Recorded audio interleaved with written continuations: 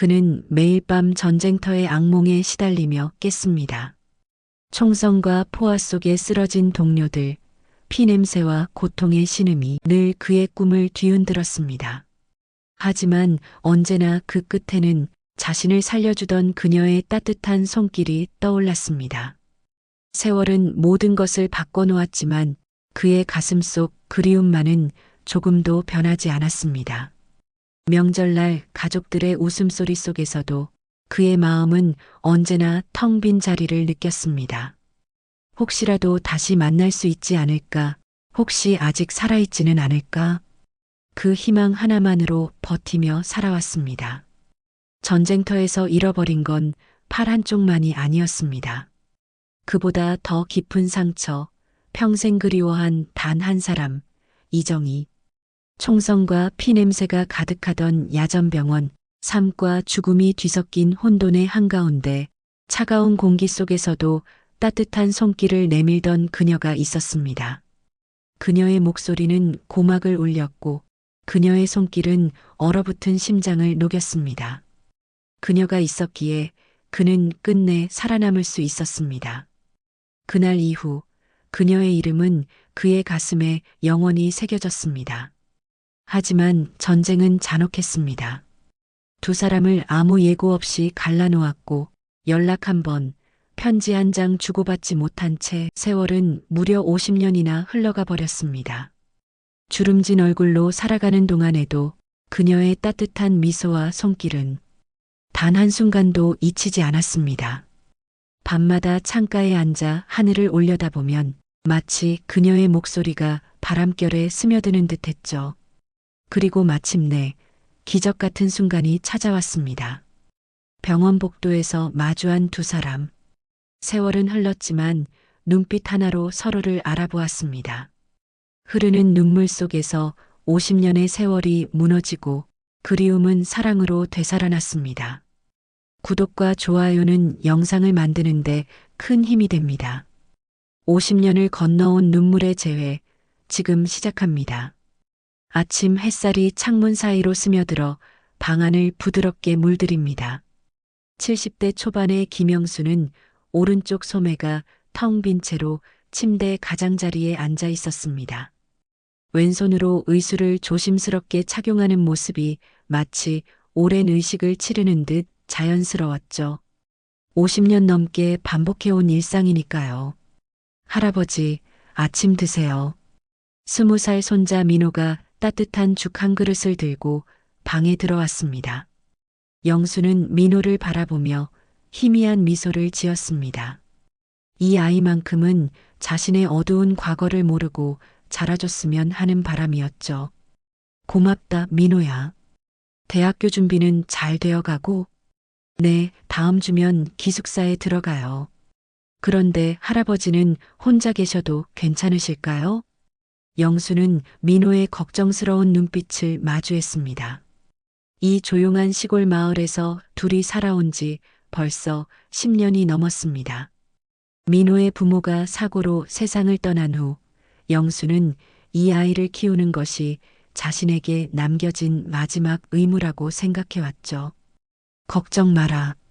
이 동네 사람들이 다 가족 같잖니.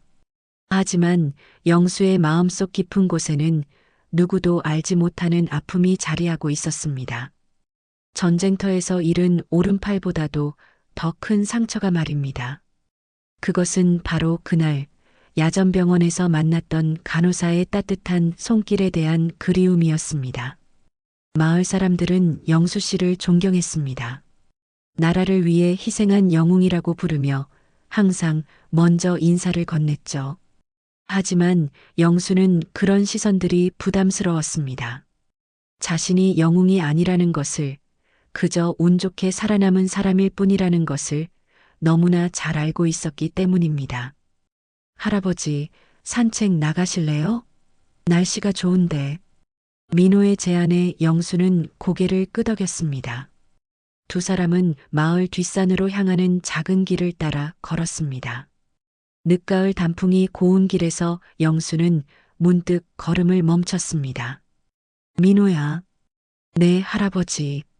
할아버지가 젊었을 때 이야기. 궁금한 적 없었니? 민호는 잠시 망설였습니다. 사실 궁금한 것이 많았지만 할아버지가 그 시절을 힘들어한다는 것을 알고 있었거든요. 할아버지가 말씀하고 싶으실 때 들려주세요. 전 괜찮아요. 영수는 민호의 성숙한 대답에 마음이 뭉클했습니다. 하지만 여전히 그 이야기를 꺼내기는 어려웠습니다. 특히 그 간호사에 대한 기억은 더욱 그랬죠. 그날 밤 영수는 홀로 앉아 창밖을 바라보았습니다. 별이 총총한 하늘을 보며 중얼거렸습니다. 그때 그 손, 아직도 잊히질 않지. 이름조차 모른 그 간호사. 바람이 창문을 살짝 흔들었습니다. 마치 누군가 대답하려는 듯이 말입니다. 하지만 영수 씨에게 돌아오는 것은 정적뿐이었습니다. 평화로워 보이는 일상 속에도 영수의 마음에는 말할 수 없는 그리움과 미해결의 고통이 깊이 자리하고 있었습니다. 그것은 마치 치유되지 않는 상처처럼 세월이 흘러도 여전히 아물지 않고 있었습니다. 일주일이 지났습니다. 민호는 대학교 기숙사로 떠나는 날이었죠. 영수는 민호가 짐을 정리하는 모습을 바라보며 묘한 허전함을 느꼈습니다. 이제 정말 혼자가 되는구나 하는 생각이 들었거든요. 할아버지, 제 방 정리하면서 이상한 걸 발견했어요. 민호가 손에 든 것은 낡은 흑백 사진 한 장이었습니다. 사진은 오래되어 가장자리가 발해 있었지만 그 안의 인물들은 선명하게 남아 있었죠. 군복을 입은 젊은 남자가 병상에 누워 있고 그 옆에는 하얀 간호사복을 입은 여인이 남자의 팔을 감싸쥐고 있는 모습이었습니다. 영수는 사진을 본 순간 온몸이 얼어붙는 것을 느꼈습니다. 그 젊은 군인은 바로 자신이었고 그 여인은 그 간호사였습니다. 50년 넘게 가슴속에 묻어두었던 그 사람이었죠. 할아버지, 이분 누구세요? 엄청 따뜻한 눈빛이시네요. 민호의 목소리가 멀게 들렸습니다. 영수는 떨리는 손으로 사진을 받아들었습니다. 사진 속 간호사의 눈빛은 정말 따뜻했습니다. 마치 상처받은 영혼을 어루만져주는 듯한 그런 눈빛이었죠. 이게 어떻게 내 방에 있었지? 영수의 목소리가 떨렸습니다. 이 사진의 존재 자체를 잊고 있었는데 어떻게 민호의 방에서 나왔을까요? 분명 오래전 어디엔가 보관해 두었을 텐데 말입니다. 책상 서랍 깊숙한 곳에 있었어요. 오래된 책들 사이에 끼워져 있더라고요. 할아버지, 이 여자분이 할아버지를 돌봐주신 간호사님이세요? 민호는 영리한 아이였습니다. 할아버지의 표정 변화를 놓치지 않았죠. 그리고 사진 속 남자가 할아버지의 젊은 시절 모습이라는 것도 금세 알아차렸습니다. 그래, 그분이야. 영수는 한참을 망설이다가 작은 목소리로 대답했습니다. 사진을 바라보는 영수의 눈에는 그리움과 아픔이 동시에 담겨 있었습니다. 전쟁터에서 내 팔을 잃었을 때 그분이 날 돌봐주셨단다. 하지만 이름도 모르고 연락처도 몰라서. 영수의 말이 끝나기 전에 민호가 사진을 자세히 들여다보았습니다. 그때 민호의 눈이 반짝였습니다. 할아버지, 여기 뭔가 적혀 있어요. 사진 뒷면에는 희미하게 글씨가 적혀 있었습니다. 1951년 10월 야전병원에서라는 날짜와 함께 작은 글씨로 뭔가가 더 적혀 있었죠. 하지만 너무 흐려서 읽기 어려웠습니다. 이거 확대해서 보면 더 선명하게 볼 수 있을 것 같은데요. 할아버지, 저한테 맡겨주세요. 민호는 스마트폰을 꺼내 사진을 촬영하기 시작했습니다. 화면을 확대해가며 뒷면의 글씨를 해독하려고 노력했죠. 이정희 간호사님이라고 적혀 있는 것 같아요. 영수는 그 이름을 듣는 순간 가슴이 쿵 하고 내려앉았습니다. 이정희, 그 이름을 이렇게 다시 들을 줄이야. 50년이 넘도록 궁금해했던 그 이름이었습니다. 정희, 이정희. 영수는 그 이름을 몇 번이고 되뇌었습니다. 입에서 나오는 그 이름이 너무나 달콤하면서도 씁쓸했습니다. 민호는 할아버지의 모습을 보며 마음이 아팠습니다. 평생을 그리워해온 사람의 이름을 이제야 알게 된 할아버지의 마음이 얼마나 복잡할지 상상이 되었거든요. 할아버지, 저희가 이정희 간호사님을 찾아볼까요? 뭐라고? 어떻게? 요즘엔 인터넷이라는 게 있어요. 옛날 기록들도 많이 남아있고 사람을 찾는 것도 예전보다 훨씬 쉬워졌거든요. 민호의 말에 영수는 가슴이 두근거렸습니다. 정말 그럴 수 있을까요? 50년이 넘은 지금 그분을 다시 만날 수 있을까요? 하지만 벌써 돌아가셨을 수도 있고, 그래도 시도는 해봐야죠. 후회하지 않으려면 말이에요. 민호의 단호한 말에 영수는 조용히 고개를 끄덕였습니다. 그날 밤 영수는 잠을 이룰 수 없었습니다. 사진을 손에 쥐고 밤새 그 시절을 되짚어봤죠. 야전병원의 차가운 공기, 소독약 냄새, 그리고 무엇보다 이정희의 따뜻한 손길이 생생하게 떠올랐습니다. 정희야, 너는 지금 어디서 뭘 하고 있을까? 창밖으로 새벽이 밝아오고 있었습니다. 영수 씨에게는 새로운 희망의 빛처럼 느껴졌습니다. 다음 날 아침 민호는 일찍 일어나 컴퓨터 앞에 앉았습니다. 인터넷 검색창에 이정희 간호사 1951년 야전병원이라고 입력했죠. 영수는 민호 옆에서 긴장한 표정으로 화면을 바라보고 있었습니다. 할아버지, 뭔가 나오고 있어요. 첫 번째로 나온 것은 전쟁 당시 간호사들에 대한 기록이 담긴 국가기록원 자료였습니다. 민호는 페이지를 하나씩 넘겨가며 이정희라는 이름을 찾기 시작했습니다. 여기 있어요. 이정희, 1929년생, 서울 출신. 1950년부터 1953년까지 야전병원에서 근무했다고 나와 있네요. 영수의 심장이 빠르게 뛰었습니다. 정말 그 이정희가 맞는 것 같았습니다. 나이도 맞고 근무 기간도 정확히 일치했거든요. 그런데 할아버지, 여기 더 자세한 기록이 있어요. 전쟁 후에는 민호의 목소리가 점점 작아졌습니다. 화면에는 충격적인 내용이 적혀 있었습니다. 전쟁 후 고향으로 돌아가 혼자 살며 1955년부터 대구에서 개인 병원을 운영했다. 그런데 뭐라고 되어 있니? 영수는 불안한 마음으로 물었습니다. 민호의 표정이 점점 어두워지고 있었거든요. 2013년에 돌아가셨다고 되어 있어요. 그 말을 들은 순간 영수는 마치 하늘이 무너지는 것 같았습니다. 이정희를 다시 만날 수 있다는 희망이 한순간에 산산조각 났습니다. 돌아가셨다고? 영수의 목소리는 떨리고 있었습니다. 50년 넘게 그리워했던 사람이 이미 이 세상에 없다니. 그것도 10년도 넘게 전에 말입니다. 할아버지. 민호는 할아버지의 실망한 모습을 보며 마음이 아팠습니다. 하지만 포기하고 싶지 않았습니다. 뭔가 더 할 수 있는 일이 있을 것 같았거든요. 잠깐만요, 할아버지. 여기 더 정보가 있어요. 민호는 계속해서 자료를 찾아봤습니다. 그러다가 지역 신문 기사를 하나 발견했습니다. 할아버지, 이거 보세요. 2010년에 대구 지역 신문에 실린 기사예요. 평생 독신으로 살아온 이정희 원장, 지역 의료 발전에 기여라는 제목이에요. 기사에는 이정희의 생전 모습이 자세히 소개되어 있었습니다.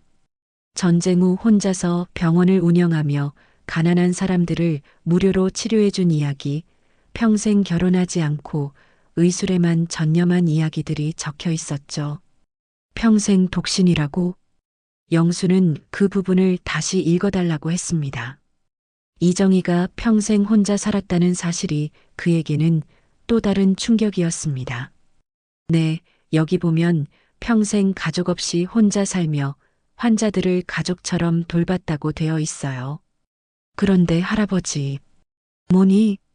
여기 이상한 부분이 있어요. 늘 오른쪽 주머니에 낡은 사진 하나를 간직하고 다녔다는 내용이 있거든요. 영수는 그 말을 듣고 가슴이 뛰었습니다. 혹시 그 사진이 기사를 더 읽어보니까 주변 사람들이 그 사진에 대해 물어봐도 이정희 원장님은 절대 보여주지 않았대요. 그냥 소중한 사람이라고만 하셨다고 해요. 소중한 사람. 영수는 그 말을 되뇌었습니다. 혹시 그 소중한 사람이 자신일까요? 아니면 다른 누군가였을까요? 민호는 더 자세한 정보를 찾기 위해 계속 검색했습니다. 그러다가 중요한 발견을 했습니다. 할아버지, 이정희 원장님한테 딸이 있었어요. 딸이라고? 네, 여기 보고 기사에 보니까 유족으로 딸 박미선 씨가 있다고 되어 있어요. 그런데 성이 다르네요? 아, 여기 더 자세히 나와 있어요. 입양한 딸이래요. 영수는 이 새로운 정보에 희망을 느꼈습니다. 이정희는 이미 세상을 떠났지만 딸이 있다면 혹시 그분에 대한 더 많은 이야기를 들을 수 있을지도 모르거든요. 그 딸을 찾을 수 있을까? 네, 할아버지. 여기 보니까 대구에서 약국을 운영하고 계신다고 되어 있어요. 박미선 약국이요. 민호는 곧바로 그 약국의 전화번호를 찾았습니다. 하지만 영수는 선뜻 전화를 걸 용기가 나지 않았습니다. 뭐라고 말해야 할까? 갑자기 전화해서 어머니 이야기를 물어본다면 할아버지, 솔직하게 말씀드리면 될 것 같아요. 전쟁 당시 이정희 원장님의 도움을 받았던 환자였다고요. 민호의 말이 맞았습니다. 더 이상 숨길 것도 부끄러워할 것도 없었습니다. 영수는 용기를 내어 전화기를 들었습니다. 여보세요? 박미선 약국인가요? 네, 맞습니다. 무엇을 도와드릴까요? 상대방은 중년 여성의 목소리였습니다. 아마 이정희의 딸인 것 같았죠. 혹시 이정희 원장님의 따님이신가요? 전화기 너머로 잠시 침묵이 흘렀습니다. 네. 그런데 어머니를 어떻게 아시는지요? 저는 김영수라고 합니다. 전쟁 당시 야전병원에서 이정희 원장님의 치료를 받았던 환자였습니다. 또다시 긴 침묵이 흘렀습니다. 그리고 나서 들려온 대답은 영수에게 새로운 희망을 주었습니다. 정말이세요? 어머니 이야기를 하고 싶으시다면 한번 배웠으면 좋겠어요. 4챕터. 일주일 후 영수와 민호는 대구행 기차에 몸을 맡겼습니다. 영수는 창밖 풍경을 바라보며 복잡한 심정을 달래려 했지만 가슴 깊숙한 곳에서 올라오는 떨림을 멈출 수 없었습니다. 50년 넘게 가슴에 묻어두었던 이야기를 누군가에게 털어놓게 될 순간이 다가오고 있었거든요. 할아버지, 너무 긴장하지 마세요. 분명 좋은 분이실 거예요. 민호가 옆에서 영수의 손을 꽉 잡아주었습니다. 하지만 영수의 마음은 여전히 불안했습니다. 과연 이정희의 딸이 자신을 어떻게 받아들일까요? 그리고 이정희에 대해 어떤 이야기를 해줄까요? 대구역에 도착한 두 사람은 택시를 타고 박미선 약국으로 향했습니다. 도심 한복판에 자리한 작은 약국이었는데 오래된 건물이지만 깨끗하게 관리되어 있었습니다. 약국 문을 열고 들어서자 50대 중반쯤 되어 보이는 여성이 카운터에서 일어났습니다. 그 여성의 첫인상은 차갑게 느껴졌습니다. 인사를 건네는 표정에서도 어딘지 모르게 경계하는 기색이 역력했거든요. 김영수 씨 할아버지시죠? 저는 박미선입니다. 네, 안녕하세요. 멀리서 찾아와 주셔서 고맙습니다. 영수는 정중하게 인사를 드렸지만 박미선의 표정은 여전히 딱딱했습니다. 그녀는 약국 문을 닫고 안쪽 사무실로 두 사람을 안내했습니다. 앉으세요. 그런데 정확히 어떤 일로 어머니를 찾으신 건가요? 박미선의 목소리에는 의심이 섞여 있었습니다. 영수는 주머니에서 그 낡은 흑백 사진을 꺼내 보여드렸습니다. 이 사진을 보시면 아시겠지만 저는 전쟁 당시 어머님의 치료를 받았던 환자였습니다. 그때 어머님께서 저를 살려주셨거든요. 박미선은 사진을 받아들고 자세히 들여다보았습니다. 사진 속 젊은 이정희의 모습을 보는 그녀의 표정이 잠시 부드러워지는 듯 했지만 곧 다시 차가워졌습니다. 그래서요? 50년이 넘은 지금 와서 갑자기 왜 어머니를 찾으시는 건가요? 그 말투가 예상보다 훨씬 차가웠습니다. 영수는 당황했지만 솔직하게 자신의 마음을 털어놓기로 했습니다. 사실 그때부터 지금까지 어머님을 잊지 못했습니다. 어머님의 따뜻한 손길이 저를 살렸거든요. 그래서 꼭 한번 감사 인사를 드리고 싶었는데. 감사 인사요? 박미선이 냉소적으로 웃었습니다. 그 웃음에는 오랫동안 쌓인 원망이 담겨 있었습니다. 할아버지, 죄송하지만 솔직히 말씀드리겠습니다. 우리 어머니는 평생 전쟁 이야기를 하지 않으셨어요. 그런데 유독 밤마다 누군가의 이름을 부르며 괴로워하셨죠. 영수의 가슴이 철렁 내려앉았습니다. 혹시 그 이름이 자신의 이름이었을까요? 어머니는 평생 결혼도 하지 않으시고 저를 입양해서 키우셨어요. 하지만 늘 어딘가 마음이 빠져 있는 것 같았습니다. 마치 다른 세상에 살고 있는 사람처럼 말이에요. 박미선의 목소리에는 깊은 상처가 담겨 있었습니다. 어머니의 사랑을 온전히 받지 못했다는 서운함과 원망이 오랜 세월 쌓여 있었던 것 같았습니다. 당신 같은 분 때문에 우리 가족은 불행했어요. 어머니는 몸은 우리와 함께 계셨지만 마음은 항상 다른 곳에 있으셨거든요. 그 말이 영수의 가슴을 비수처럼 찔렀습니다. 자신 때문에 이정희가 평생 고통받았다는 말인가요? 자신 때문에 그 가족이 불행했다는 말인가요? 그럴 리가. 영수의 목소리가 떨렸습니다. 민호가 옆에서 할아버지의 손을 잡아주었지만 충격을 달래기에는 역부족이었습니다. 어머니가 돌아가시기 전 마지막 말씀이 뭔지 아세요? 미안하다, 미선아. 엄마가 너를 제대로 사랑하지 못해서 미안하다였어요. 그때까지도 어머니 마음속에는 다른 누군가가 있었던 거죠. 박미선의 눈에 눈물이 고였습니다. 하지만 그것은 슬픔보다는 분노에 가까웠습니다. 어머니는 평생 누군가를 기다리셨어요. 오지도 않을 사람을, 찾지도 않을 사람을 말이에요. 그래서 정작 곁에 있는 저는 제대로 된 사랑을 받지 못했습니다.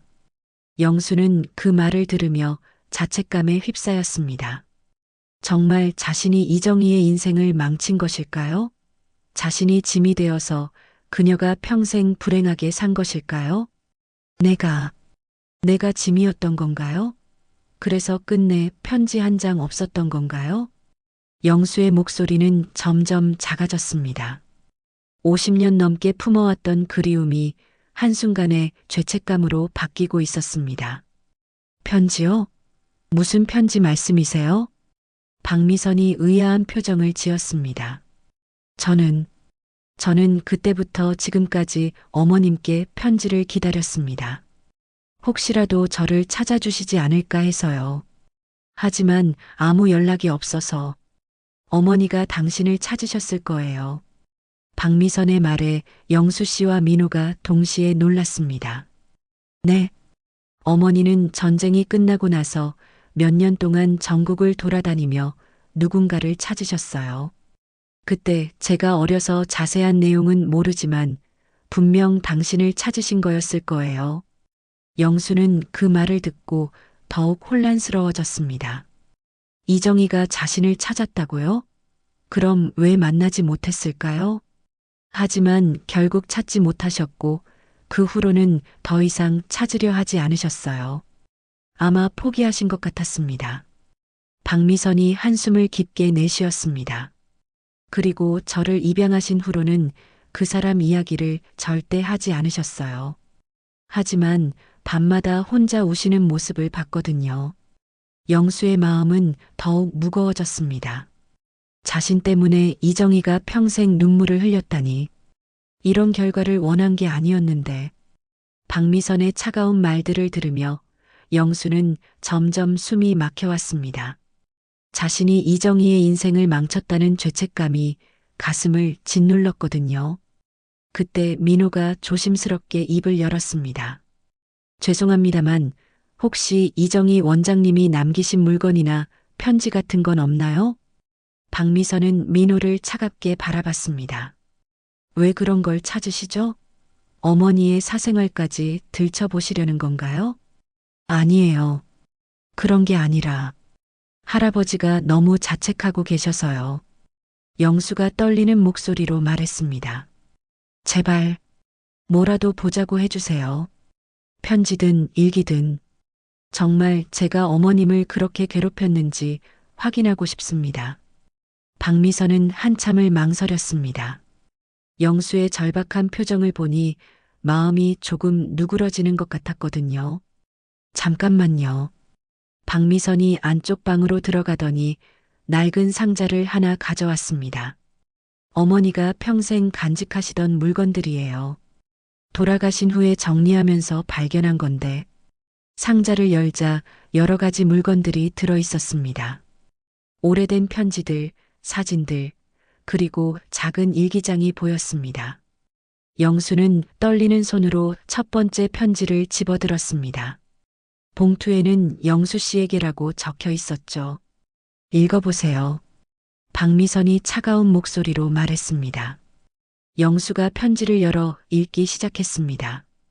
사랑 영수 씨, 너는 지금 어디에 있니? 부산에서 헤어진 후 소식이 없구나. 영수는 혼란스러웠습니다. 부산?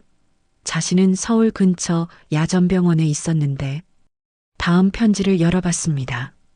영수 씨, 너의 왼쪽 다리 상처는 괜찮아졌니? 그때 내가 목발을 짚고 걷던 모습이 아직도 눈에 선하다. 영수의 표정이 변했습니다. 왼쪽 다리, 자신이 잃은 건 오른팔인데, 그리고 목발도 사용한 적이 없었습니다. 세 번째 편지에는 더욱 구체적인 내용이 적혀 있었습니다. 영수 씨, 내 고향 전라남도 순천으로 돌아간다고 했을 때 얼마나 아쉬웠는지. 나도 언젠가 그 아름다운 순천만을 보러 가고 싶다. 영수는 편지를 읽으며 점점 확신을 갖게 되었습니다. 자신의 고향은 경기도 파주인데 순천과는 전혀 다른 곳이었거든요. 박미선도 영수의 표정 변화를 눈치채고 편지를 함께 들여다봤습니다. 할아버지 고향이 어디신가요? 경기도 파주입니다. 그리고 저는 오른팔을 잃었어요. 박미선의 얼굴이 점점 굳어졌습니다. 일기장을 급히 펼쳐보니 거기에도 다른 내용들이 적혀 있었습니다. 1951년 8월 영수 씨가 부산 야전병원에 실려왔다. 포탄 파편에 왼쪽 다리를 다쳤다. 1953년 5월 영수 씨를 찾아 순천까지 갔지만 만나지 못했다. 키가 작고 둥글둥글한 얼굴의 그 사람을. 영수는 자신의 외모를 생각해 봤습니다. 자신은 키가 크고 각진 얼굴이었는데 일기 속 묘사와는 정반대였습니다. 박미선은 모든 기록을 확인한 후 창백한 얼굴로 영수 씨를 바라봤습니다. 할아버지, 죄송합니다. 박미선의 목소리가 떨렸습니다. 제가 완전히 잘못 생각했어요. 어머니가 찾으시던 영수는 할아버지가 아니었네요. 같은 이름이지만 완전히 다른 사람이었던 것입니다. 부산 야전병원, 왼쪽 다리 부상, 순천 출신, 작은 키에 둥근 얼굴, 모든 것이 달랐습니다.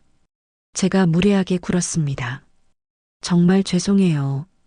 박미선이 깊이 고개를 숙였습니다. 괜찮습니다. 저도 너무 성급했네요. 영수는 실망감과 함께 묘한 안도감도 느꼈습니다.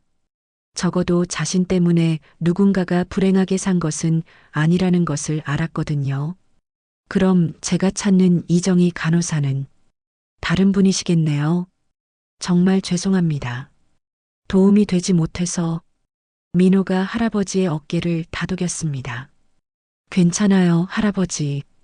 다른 방법을 찾아봐요.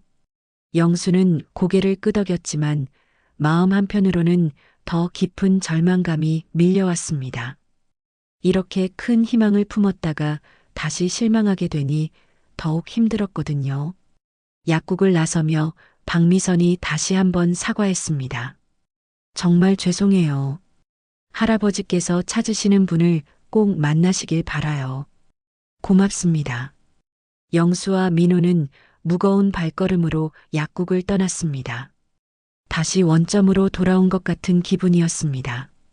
그 이정희 간호사는 과연 어디에 계실까요? 돌아가는 길에 영수는 중얼거렸습니다. 정희야, 너는 정말 어디에 있니? 하늘에서 내리는 가을비가 두 사람의 어깨를 적셔갔습니다. 약국에서 나온 영수와 민호는 다시 새로운 출발점에 서 있었습니다. 박미선과의 만남은 실망으로 끝났지만 포기할 수는 없었습니다. 진짜 이정희 간호사는 분명 어딘가에 계실 테니까요. 할아버지, 다시 인터넷으로 찾아볼까요? 민호가 노트북을 열며 더 구체적인 조건을 넣어 검색했습니다. 1929년생 이정희 간호사 야전병원 서울 근처라는 키워드로 말이죠. 며칠 후 첫 번째로 찾아간 곳은 인천이었습니다.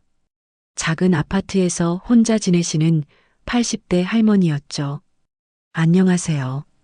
김영수입니다. 어서 오세요. 할머니는 자상한 미소로 맞아주었습니다. 영수는 가슴 뛰는 마음으로 자신의 이야기를 꺼냈습니다. 혹시 한쪽 팔을 잃은 젊은 군인을 기억하시나요? 1951년쯤에 할머니는 한참을 생각하더니 안타까운 표정으로 고개를 저었습니다. 글쎄요. 제가 근무했던 곳은 인천 지역 병원이었거든요. 야전병원이 아니라 첫 번째 실망이었습니다. 영수는 마음을 다잡고 다음 장소로 향했습니다. 두 번째는 수원이었습니다. 은퇴한 간호사들의 모임에서 만난 이정희 할머니는 정말 전쟁 당시 야전병원에서 근무하셨다고 했습니다. 정말요? 그럼 혹시 영수의 목소리가 떨렸습니다. 한쪽 팔을 잃은 환자요? 그런 분들이 정말 많았는데 김영수 씨라는 이름은 죄송해요.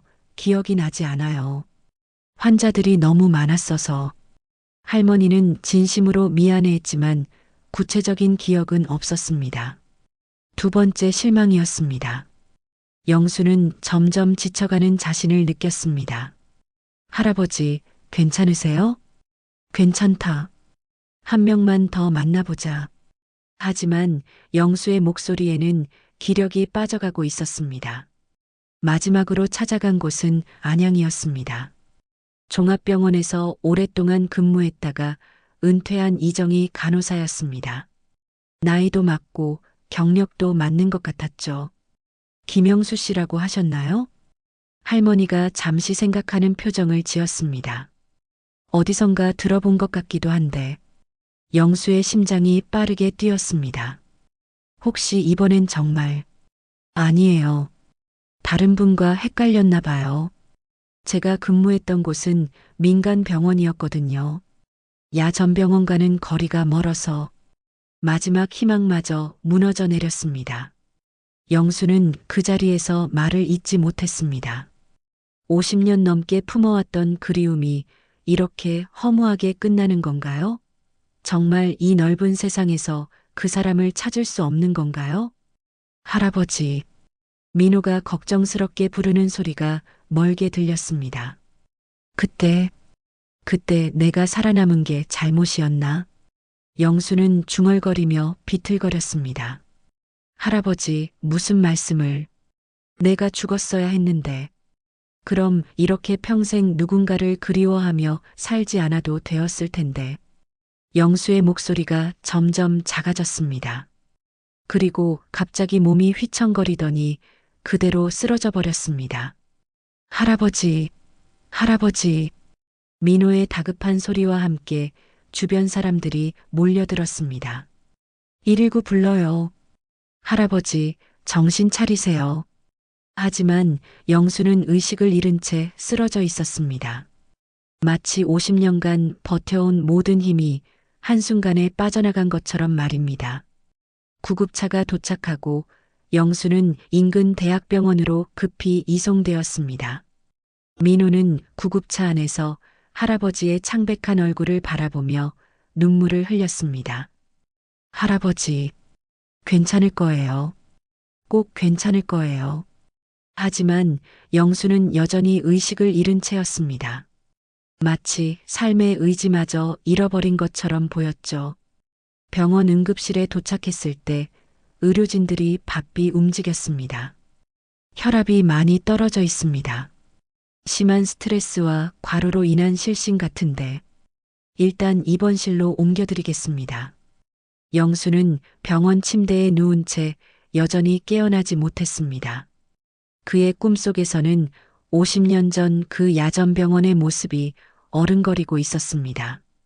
그리고 따뜻한 손길로 자신을 돌봐주던 그 간호사의 모습이 아련하게 떠오르고 있었죠. 정희야, 내가 너를 찾을 수 있을까? 영수는 꿈속에서 중얼거렸습니다. 하지만 그것이 마지막 희망일지 아니면 새로운 시작일지는 아무도 알 수 없었습니다. 영수가 눈을 뜬 것은 이틀 후였습니다. 하얀 천장과 소독약 냄새가 코끝을 스쳤을 때 그는 자신이 병원에 있다는 것을 깨달았습니다. 할아버지, 깨어나셨어요. 민호가 기쁜 목소리로 달려왔습니다. 여기가 어디니? 안양의 한마음 대학병원이에요. 할아버지가 쓰러져서. 영수는 천천히 일어나려 했지만 온몸에 힘이 빠져 있었습니다. 의사는 극심한 스트레스와 과로로 인한 탈진이라고 진단했습니다. 며칠 더 입원하셔야 할 것 같아요. 영수는 무기력하게 고개를 끄덕였습니다. 이정희를 찾겠다는 마지막 희망마저 사라진 지금 더 이상 무엇을 위해 살아가야 할지 모르겠거든요. 사흘째 되는 날 오후 민호가 잠시 화장실에 간 사이였습니다. 영수는 창밖을 멍하니 바라보며 지난 일들을 되짚어보고 있었죠. 그때 복도에서 걸어오는 한 사람의 모습이 눈에 들어왔습니다. 느린 걸음으로 복도를 걸어오는 70대 후반의 여성이었습니다. 야윈 몸에 병원복을 입고 있었지만 어딘지 모르게 기품이 느껴지는 분이었죠. 그런데 그 할머니가 영수의 병실 앞에서 걸음을 멈췄습니다. 할머니는 문틈으로 병실 안을 조심스럽게 들여다보더니 영수의 오른쪽 소매가 텅 비어 있는 것을 보고 깜짝 놀란 표정을 지었습니다. 혹시? 할머니가 작은 목소리로 중얼거리며 병실 문 앞에서 망설였습니다. 영수 씨도 그 모습을 보며 어딘지 낯익다는 느낌을 받았습니다. 할머니, 무슨 일이세요? 영수가 먼저 말을 걸었습니다. 할머니는 잠시 망설이다가 조심스럽게 병실로 들어왔습니다. 혹시 전쟁 때 야전병원에 계셨나요? 그 말을 듣는 순간 영수의 심장이 빠르게 뛰기 시작했습니다. 네. 그런데 어떻게 오른팔을 그때 잃으셨나요? 할머니의 목소리가 떨리고 있었습니다. 그런데 할머니는 누구시죠? 할머니는 한참을 영수의 얼굴을 바라보더니 눈물을 글썽이며 말했습니다. 저는 그때 야전병원에서 간호사로 일했던 이정희입니다. 그 순간 영수는 온몸이 얼어붙는 것을 느꼈습니다. 50년 넘게 찾던 그 이름, 그 사람이 바로 눈앞에 서 있다니. 정이구나. 영수의 목소리가 떨렸습니다. 영수 씨, 정말 영수 씨죠? 이정희도 확신에 찬 목소리로 물었습니다. 그래, 김영수. 정희야, 정말 너구나. 두 사람은 서로를 바라보며 50년의 세월을 한순간에 뛰어넘었습니다. 주름이 깊게 패인 얼굴이지만 서로의 눈빛만으로도 그때 그 사람임을 알 수 있었습니다. 어떻게 여기에? 저도 이 병원에 입원해 있어요. 며칠 전부터. 이정희가 말을 잇지 못했습니다. 영수는 그녀의 야윈 모습을 보며 불안한 마음이 들었습니다. 혹시 많이 아프시나요? 이정희는 잠시 망설이다가 작은 목소리로 말했습니다. 췌장암이에요. 말기라고. 의사 선생님이 길어봐야 몇 주라고 하시더군요. 그 말을 들은 영수는 충격을 받았습니다. 50년 만에 만난 그녀가 죽음을 앞두고 있다니. 그럴 수가. 괜찮아요. 이미 마음의 준비는 했어요. 그런데 이정희의 눈에서 눈물이 흘렀습니다. 이렇게 영수 씨를 다시 만날 줄은 꿈에도 몰랐어요. 혼자 죽어가는 게 무섭고 외로웠는데. 영수도 눈물을 흘리며 이정희의 손을 잡았습니다. 정희야, 이제 혼자가 아니야. 내가 여기 있잖아. 정말 영수 씨가 맞나요? 꿈은 아니죠? 꿈이 아니야. 내가 여기 있어. 그때 민호가 병실로 들어왔습니다. 할아버지, 누구세요? 민호야, 인사드려라. 이분이 내가 50년 동안 찾던 이정희 간호사님이시다. 민호는 깜짝 놀라며 정중하게 인사를 드렸습니다. 안녕하세요. 정말 그 이정희 간호사님이세요? 네. 고마워요. 할아버지를 잘 돌봐주었구나. 이정희가 따뜻한 미소로 민호에게 말했습니다. 그날부터 영수는 이정희와 함께 시간을 보냈습니다. 50년간의 빈 공간을 채워가듯 서로의 이야기를 나누었죠. 영수 씨, 저는 평생 결혼하지 않았어요. 왜? 영수 씨를 잊을 수 없어서요. 다른 사람과는 살 수 없었어요. 영수는 미안한 마음과 함께 깊은 감동을 받았습니다. 나도 그랬어. 너를 평생 그리워했어. 이정희의 병세는 빠르게 악화되었지만 정희는 영수 씨와 함께하는 시간을 행복해 했습니다. 영수 씨, 죽음이 두렵지 않아요. 혼자가 아니니까. 마지막 날 밤, 이정희는 영수의 손을 꽉 잡고 말했습니다. 고마워요, 영수 씨. 마지막에 영수 씨를 만날 수 있어서 이제 후회 없이 갈 수 있어요. 정희야, 나도 고맙다. 너를 다시 만나서. 사랑했어요, 영수 씨. 나도 사랑했어, 정희야. 이정희는 평온한 얼굴로 영수의 곁에서 조용히 눈을 감았습니다. 영수는 그녀의 마지막 순간까지 함께했습니다. 정희야, 이제 편하게 쉬도록 해. 영수는 50년간 품어왔던 그리움을 마침내 완성할 수 있었습니다. 이정희의 장례식은 조용하게 치러졌습니다. 가족이 없던 그녀의 마지막 길을 영수 씨와 민호, 그리고 병원 직원 몇 명이 함께해 주었습니다. 영수는 관 앞에서 마지막 인사를 드렸습니다. 정희야, 50년을 기다린 보람이 있었어. 마지막에 너를 만날 수 있어서 정말 행복했다. 이제 편히 쉬어라. 영수의 목소리는 슬프지만 평온했습니다. 오랫동안 가슴에 맺혀있던 한이 풀렸기 때문이었죠. 장례를 마친 후 영수는 놀라운 변화를 보였습니다. 그동안 어둡고 무거웠던 표정이 한결 밝아져 있었거든요. 할아버지, 괜찮으세요? 민호가 걱정스럽게 물었습니다. 그래, 괜찮다. 아니, 괜찮은 정도가 아니야. 정말 홀가분하구나. 영수는 진심으로 말했습니다. 50년 넘게 자신을 짓눌렀던 그리움과 후회가 모두 사라진 것 같았습니다. 정희를 만났을 때 깨달았어. 우리는 서로 사랑했고 그것으로 충분했다는 걸 말이야. 한 달 후 민호의 대학교 졸업식이 있었습니다. 영수는 단정한 정장을 차려입고 졸업식장에 참석했습니다. 그의 얼굴에는 환한 미소가 떠나지 않았습니다. 민호야, 졸업 축하한다. 고마워요, 할아버지.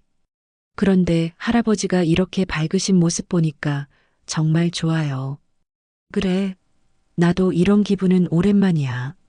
졸업식이 끝난 후 두 사람은 대학교 캠퍼스를 천천히 걸었습니다. 봄볕이 따뜻하게 내리쬐는 오후였습니다.